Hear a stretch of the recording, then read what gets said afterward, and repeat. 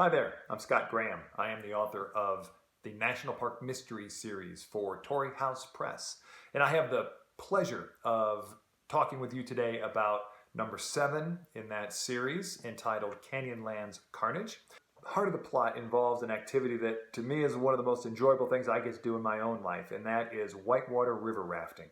I have had the privilege to be the oars person on rafts several times down the Grand Canyon in Colorado River, as well as down Cataract Canyon and those rapids in the heart of Canyonlands National Park. And it is Cataract Canyon that is the plot setting for Canyonlands Carnage. What we've got is a modern-day expedition or river rafting journey down Cataract Canyon involving two groups of people who have been tasked with debating water issues in the Southwest and along the Colorado River.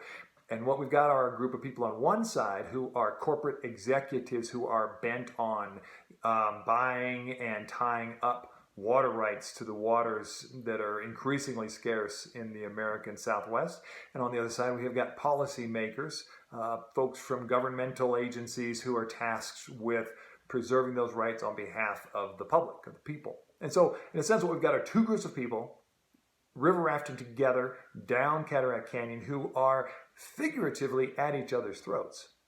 And of course, as the story plays out, we find out that these groups may well be literally at each other's throats. This is a reading from near the start of Canyonlands Carnage, when an oarlock on Chuck Bender's whitewater raft has mysteriously broken right at the head of a whitewater rapid.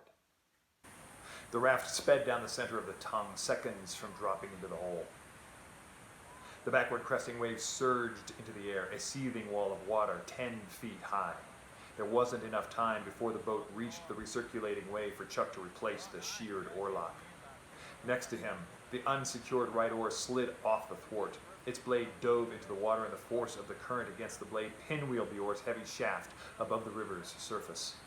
The shaft swung across the front of the boat like a pendulum, and the iron counterweight, bolted below the oar handle, struck the side of Clarence's helmet a violent blow. "Clarence!" Chuck cried out, too late. Clarence collapsed across the cooler, his head cradled in his hands. The raft pivoted around the pinwheeling oar, and the big boat rode sideways up the face of the wave. It slowed to a crawl, then came to a full stop, hanging in space, nearly vertical. Clarence tumbled off the cooler. His big body slammed into a square metal storage box strapped to the side of the raft frame. Behind Clarence, Chuck toppled out of the captain's seat. He wrapped his arms around the left oar tower and clung to it as water poured over the thwarts, filling the boat from all sides. Still perpendicular to the current, the raft slid back down the face of the wave into the recirculating hole. Water sluiced over the bow, sweeping Clarence out of the boat. In a flash, he disappeared beneath the surface of the river. The madly churning water at the base of the wave suctioned the raft's lower thwart, trapping the boat in the hole, while the collapsing top of the wave shoved the upper thwart so far over that the boat's massive load of gear hung directly above Chuck's head.